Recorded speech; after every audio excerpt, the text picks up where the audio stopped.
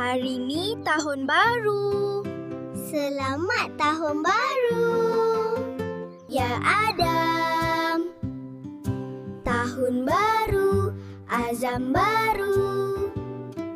Selamat tahun baru murid-murid. Selamat tahun baru, cikgu. Azam ialah janji untuk jadi lebih baik.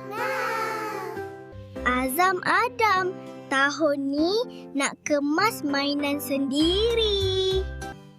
Dan dengar cakap cikgu. Azam Aira pula nak rajin belajar. Dan tolong kawan. Ingat ya, tahun baru ni bukan tentang azam sahaja. Tapi, mulakan tahun ni dengan niat yang baik. Jom kita set azam baru untuk tahun baru.